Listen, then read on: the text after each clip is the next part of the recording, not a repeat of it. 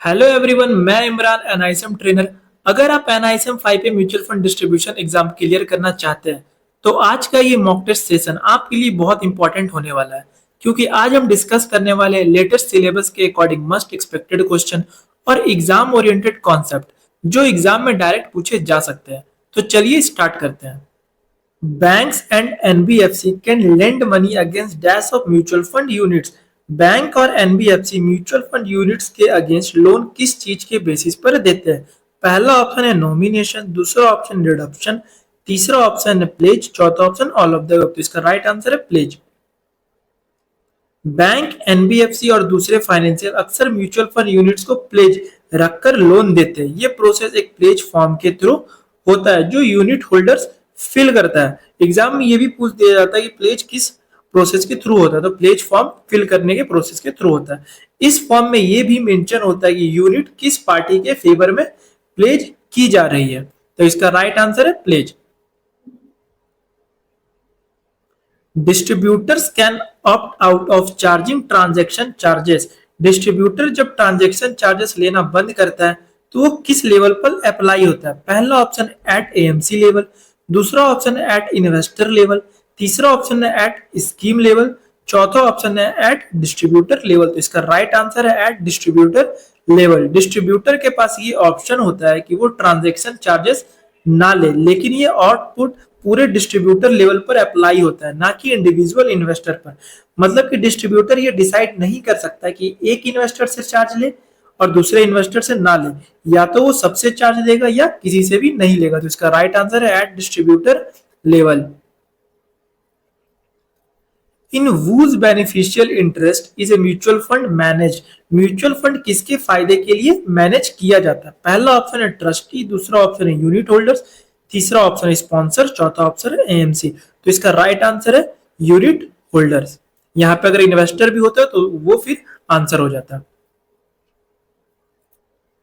Mutual fund scheme में जो investor यानी कि यूनिट होल्डर होते हैं वही यूनिट्स का एक्चुअल ऑनर होता है। म्यूचुअल फंड का पूरा मैनेजमेंट यूनिट होल्डर्स के बेनिफिट के लिए किया जाता है। तो इसका राइट आंसर है unit holder. Who issues a due diligence certificate stating compliance with all legal formalities at the time of making a new offer of mutual fund units? जब नया म्यूचुअल फंड लॉन्च होता है तब कौन certify करता है कि सब लीगल फॉर्मेलिटीज फॉलो हुई है? पहला ऑप्शन है बोर्ड ऑफ ट्रस्टी, दूसरा ऑप्शन है एएमसी, तीसरा ऑप्शन है कंप्लायंस ऑफिसर, चौथा ऑप्शन है कस्टोडियन। तो इसका राइट आंसर है एएमसी। सिड यानी कि स्कीम इंफॉर्मेशन डॉक्यूमेंट के कवर पेज पर एक स्टैंडर्ड क्लॉज दिया होता है जिसका मतलब होता है स्कीम की सारी डिटेल्स सेबी रेगुलेशन 1996 के रूल्स के अकॉर्डिंग प्रिपेयर की गई है। ये डॉक्यूमेंट सेबी के पास फाइल किया गया है और इसके साथ एएमसी ने एक ड्यू डिलिजेंस सर्टिफिकेट भी दिया है। तो इसका राइट आंसर है AMC. A person who wants to retain liquidity in his investment will invest in। अगर किसी पर्सन को अपना पैसा जल्दी और इजीली विड्रॉ करना हो तो वो कौन सा इन्वेस्टमेंट चूज करेगा? पहला ऑप्शन है ईएलएसएस स्कीम, दूसरा ऑप्शन है फिक्स डिपॉजिट, तीसरा ऑप्शन है पीपीएफ, चौथा ऑप्शन है लिक्विड फंड। तो हम लोग पढ़े ईएलएसएस स्कीम में लॉक इन पीरियड होता है, फिक्स डिपॉजिट में पैसा निकालने के लिए कुछ चार्जेस देना पड़ सकता है, पीपीएफ में भी लॉक इन पीरियड होता है, मैच्योरिटी होता है। तो इसका राइट आंसर है लिक्विड फंड। जिस इन्वेस्टर को लिक्विडिटी चाहिए होती है उसके लिए लिक्विड फंड बेस्ट ऑप्शन होता है, क्योंकि इन्हें बहुत जल्दी रिडीम किया जा सकता है। रिडम्पशन यूजुअली 24 आवर के अंदर प्रोसेस होता है, इसलिए लिक्विडिटी के लिए यह बेस्ट चॉइस है। ईएलएसएस में 3 साल का लॉक इन पीरियड होता है, मतलब इस ड्यूरेशन से पहले पैसा नहीं निकाल सकते।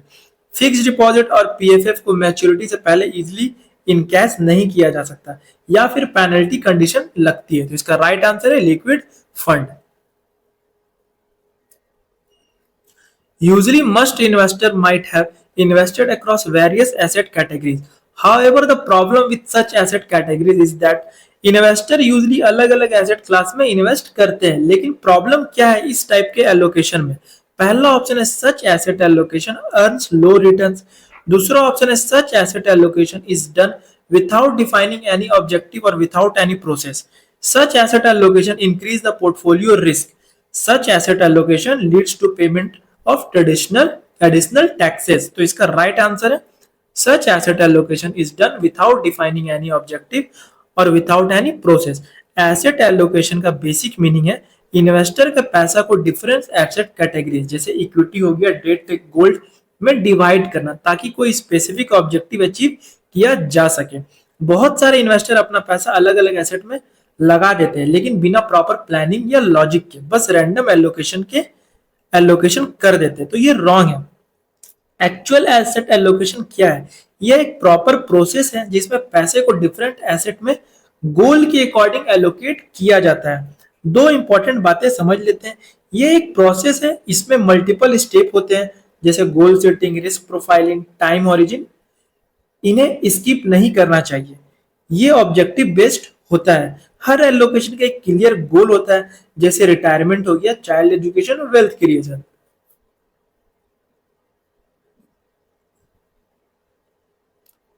ए top performing scheme within a category. एक कैटेगरी का टॉप परफॉर्मिंग स्कीम फ्यूचर में कैसा परफॉर्म करेगा? तो इसका पहला ऑप्शन है is the best choice for an investor to invest his fund. दूसरा ऑप्शन मे और may not be the top performer in the next years to come, usually remains the top performer for a long period of time, usually be the worst performer in the next years to come. तो तीसरा option, चौथा option में ऐसा कुछ confirm नहीं है कि जो टॉप परफॉर्मर है वो आगे भी लॉन्ग पीरियड में टॉप परफॉर्मर ही रहेगा या फिर रोस्ट परफॉर्मर खराब परफॉर्मर बन जाए, ऐसा कुछ नहीं। तो इसका राइट आंसर है मे और may not be the top performer in the next year to come. Experience बार बार ये दिखाता है कि जो फंड एक पीरियड में टॉप परफॉर्मर होता है जरूरी नहीं कि फ्यूचर में भी टॉप या नियर टॉप परफॉर्म करे। इसलिए सिर्फ रिसेंट पास्ट रिटर्न देखकर किसी स्कीम में इन्वेस्ट करना एक वाइज डिसीजन नहीं होता। इसी वजह से म्यूचुअल फंड एडवर्टाइजमेंट में एक डिस्क्लेमर दिया जाता है, पास्ट परफॉर्मेंस मे और may not B sustain in future. ये आप लोग बराबर लिखा हुआ देखते होंगे, पास्ट परफॉर्मेंस मे और may not B sustain in future. Market unpredictable है, परफॉर्मेंस चेंज होता रहता है। आज कोई फंड टॉप पे है तो कल हो सकता है कोई दूसरा फंड टॉप पर हो जाए। Top fund guarantee future winner नहीं होता है। आज कोई फंड 20% रिटर्न दे रहा है तो हो सकता है कल वो 5% रिटर्न दे, 8% रिटर्न दे, ये पॉसिबिलिटी है। Identify the true statement. Time stamping किन ट्रांजैक्शन के लिए इंपॉर्टेंट है? तो पहला ऑप्शन है time stamping is relevant only for financial transaction and not for non financial transaction. तो ये ऑप्शन तो ट्रू है। Time stamping is relevant for both financial and non financial transaction. तो टाइम स्टैंपिंग सिर्फ फाइनेंशियल ट्रांजैक्शन के लिए use होता है, तो इसलिए only one A is true. Financial transaction जैसे कि परचेज, रिडक्शन में टाइम स्टैंपिंग बहुत इंपॉर्टेंट होता है क्योंकि इसी से डिसाइड होता है कि आपका ट्रांजैक्शन कौन से एनवी पर एग्जीक्यूट होगा, मतलब किस एग्जैक्ट टाइम पर रिक्वेस्ट दी गई उसके बेसिस पर एनवी मिलेगा। लेकिन नॉन फाइनेंशियल ट्रांजैक्शन जैसे एड्रेस चेंज, एक्नॉलेजमेंट में टाइम स्टैंपिंग इंपॉर्टेंट नहीं होता। इस केस में डेट स्टैंपिंग इंपॉर्टेंट होता है। तो एग्जाम में ये भी पूछ दिया जाता है कि डेट स्टैंपिंग किस में इंपॉर्टेंट होता है? तो डेट स्टैंपिंग हमेशा नॉन फाइनेंशियल ट्रांजैक्शन में यूज होता है, जैसे कि नॉमिनेशन हो गया, एड्रेस चेंज हो गया, एक्नॉलेजमेंट हो गया, ये सब में डेट स्टैंपिंग यूज होता है। और टाइम स्टैंपिंग हमेशा फाइनेंशियल ट्रांजैक्शन में यूज होता है, buy sell. Identify which of the following statement is are false in context of benchmark. इन दोनों स्टेटमेंट में से कौन सा स्टेटमेंट गलत है? पहला ऑप्शन है an independent agency should calculate the benchmark in a transparent manner. दूसरा ऑप्शन है the process of choosing a benchmark for an index fund is very complex. तो बी ऑप्शन जो है वो फॉल्स है क्योंकि बहुत ज्यादा कॉम्प्लेक्स नहीं होता इसका प्रोसेस। तो इसका राइट आंसर हो जाएगा only B is false. Index fund के केस में बेंचमार्क चूज करना काफी सिंपल होता है क्योंकि फंड का ऑब्जेक्टिव ही होता है किसी स्पेसिफिक इंडेक्स को कॉपी करना, जैसे निफ्टी 50, सेंसेक्स। इसलिए बेंचमार्क यूजुअली वही इंडेक्स होता है जिसे फंड ट्रैक करता है। बेंचमार्क का रूल्स क्या है? बेंचमार्क हमेशा किसी इंडिपेंडेंट और क्रेडिबल एजेंसी द्वारा कैलकुलेट होना चाहिए। उसका मेथोडोलॉजी जो होता है वो हमेशा ट्रांसपेरेंट और क्लियर होना चाहिए। तो इसका राइट आंसर है ओनली बी इज फॉल्स, मतलब बहुत ज्यादा बेंचमार्क चूज करने कॉम्प्लेक्स नहीं होता है। The first account statement under SIP STP shall be issued within 10 working days of the initial investment transfer. State whether true or false. SIP STP के under पहला account statement initial investment या transfer के 10 working day के अंदर issue किया जाना चाहिए। क्या ये ट्रू है या फॉल्स है? तो ये स्टेटमेंट ट्रू है। जब आप एसआईपी या एसटीपी स्टार्ट करते हैं तो आपको एक फर्स्ट अकाउंट स्टेटमेंट मिलता है। सेबी के रूल्स के अकॉर्डिंग ये स्टेटमेंट 10 वर्किंग डे के अंदर इशू होना चाहिए, तो ये इसीलिए इसका राइट आंसर है ट्रू। अगर आपको ये मॉक टेस्ट अच्छा लगा तो वीडियो को लाइक करें और चैनल को सब्सक्राइब करें। इस मॉक टेस्ट का पीडीएफ लेने के लिए दिए हुए नंबर पर कनेक्ट कर सकते हैं।